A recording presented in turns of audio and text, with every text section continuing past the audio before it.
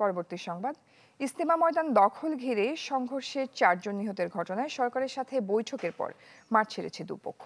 সকাল থেকেই মাঠে রয়েছে আইন শৃঙ্খলা বাহিনী।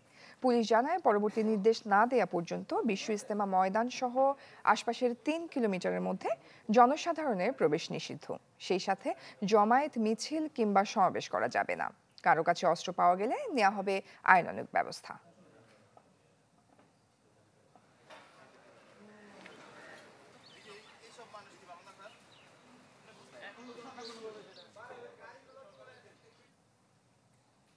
দর্শক, এই মুহূর্তে সেখানকার সবশেষ পরিস্থিতি জানাতে যুক্ত হচ্ছেন সহকর্মী রফিকুল ইসলাম খান।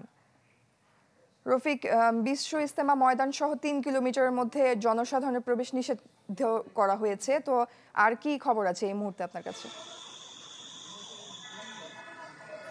রোকসানা, আমি এই মুহূর্তে রয়েছে আসলে ইজতেমার পাশে কামারপাড়া সড়কে। এই সড়ক কিন্তু পুরোপুরি আসলে আইনশৃঙ্খলা বাহিনীর সদস্যরা নিয়ন্ত্রণে নিয়েছে। ইজতেমার গতকাল যখন সন্ধ্যার পর থেকে মাওলানা সাদ অনুসারীরা মাঠ ছেড়ে চলে যায়, তারপর থেকে কিন্তু মাঠের দখলে আসে সরকার পক্ষ অর্থাৎ আইনশৃঙ্খলা বাহিনীর সদস্যরা। আপনাকে যদি একটু দেখায়, এই মুহূর্তে কিন্তু কামারপাড়া সড়কের যে সড়কটি রয়েছে সেই সড়কের মাথায় আইনশৃঙ্খলা বাহিনীর সদস্যরা আসলে অবস্থান করছে। এই সড়ক দিয়ে কিন্তু কোনো গাড়ি এবং কাউকে কিন্তু যেতে দেওয়া হচ্ছে না। তাছাড়া আমরা যেটি দেখেছি, প্রতিটি ইজতেমার গেটের সামনে কিন্তু আইনশৃঙ্খলা বাহিনীর সদস্যরা, সেনাবাহিনী, বিজিবি, পুলিশ সহ আইনশৃঙ্খলা বাহিনীর সদস্যরা তারা রয়েছে এবং কাউকে কিন্তু ভেতরে ঢুকতে দিচ্ছে না। এবং ভেতরেও আমরা দেখেছি বিপুল সংখ্যক আইনশৃঙ্খলা বাহিনীর সদস্যরা রয়েছে। অর্থাৎ গতকাল যখন সরকার ঘোষণা করে যে উভয় পক্ষকে ইজতেমা মাঠ ছাড়তে হবে এবং অনির্দিষ্টকালের জন্য সেটি, তারপর থেকে কিন্তু পুরোপুরি মাঠের দখলে রয়েছে আইনশৃঙ্খলা বাহিনীর সদস্যদের নিয়ন্ত্রণে। এবং ইজতেমার সংলগ্ন যে সড়কটি রয়েছে টঙ্গী কামারপাড়া সড়ক, সেই সড়কে কিন্তু